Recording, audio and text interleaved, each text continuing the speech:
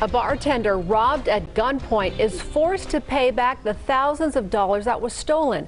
Now, the video obtained by the 8 News Now I-team showing the moment his life changed forever. And now he's talking exclusively to our I-team as he plans to sue his former employer. Our own David Charnes here now with the interview you will only see on 8 News Now. David? Yeah, Brian, Denise, you may have heard about this story on social media when Edward Parker first talked about this robbery and his repayment to the bar where he worked.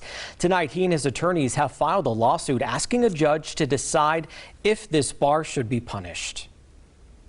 A quiet Friday morning inside the Lodge Wallapai, quickly turning violent when an armed gunman storms in demanding cash. The bartender with his hands up is 42-year-old Edward Parker. It's December 2020. We're in the middle of COVID.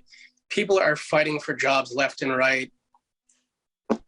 I suppose I let the idea of having a steady job with steady income cloud my judgment. Cloud his judgment, he says, because hours after handing over $3,900, Parker says his employer told him he had to pay the money back. I wasn't thinking right. I just had a gun shoved in my face, and I signed the document. This document, a signed contract saying $300 would come out of his paycheck until the full amount, $3,937.35, was all paid off. What was the time between when you were robbed and when you signed that document?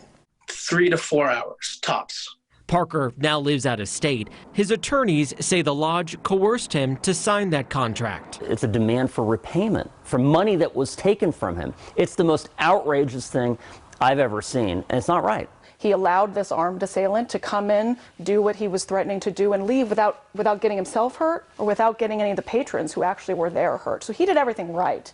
His employer did everything wrong. After paying back the money in those installments, Parker says he was fired after taking an approved vacation. I was devastated. I loved that company. I'd worked very hard for them. I couldn't believe they had done this to me. Devastated. He says he hopes the lawsuit proves no employee is too small and that business owners, particularly in the restaurant industry, will be held accountable. I'm hoping to show them that I can lead by example. And if you guys have problems with employers, don't be afraid to speak up. You're not alone out there. Now, the good news is police did find the robber, charging him for a string of incidents across the valley. The State Labor Commission facilitated a settlement with Parker and the lodge for $5,500, which his lawyers say he did not accept.